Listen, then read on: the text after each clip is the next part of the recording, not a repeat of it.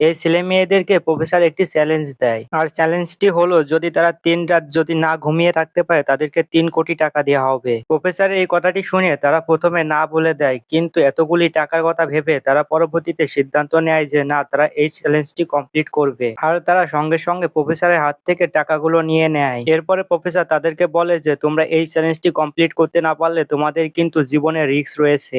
এই কথাটি শোনার পর ছেলে মেয়েগুলো অনেক চিন্তায় পড়ে যায় আর ঘড়ির টাইমটি দেখতে থাকে। এই মেয়েটি চিন্তা করে যে যদি আমরা এইভাবে থাকি তাহলে আমরা অনেক বোরিং হব। এরপরে সবাই সুইমিং পুলে গোসল করতে চলে যায়। এরপরে তারা সবাই মিলে নতুন নতুন গেম খেলতে শুরু করে, কিন্তু এতে তাদেরকে আরো বেশি মাথা ব্যথা শুরু হয়ে যায়। এরপরে তারা অনেক চিন্তিত হয়ে পড়ে এবং তাদের মাথার ভিতরে অনেক পরিমাণ প্রেসার চলে আসে। আর মাত্র 1 ঘন্টা সময় ছিল বাকি, কিন্তু এদিকে অনেকেই এই 1 ঘন্টার ভিতরে ঘুমিয়ে পড়ছিল, যে কারণে অনেকের মৃত্যু হয়। এরকম ভিডিও পেতে অবশ্যই চ্যানেলটি সাবস্ক্রাইব করে রাখবেন।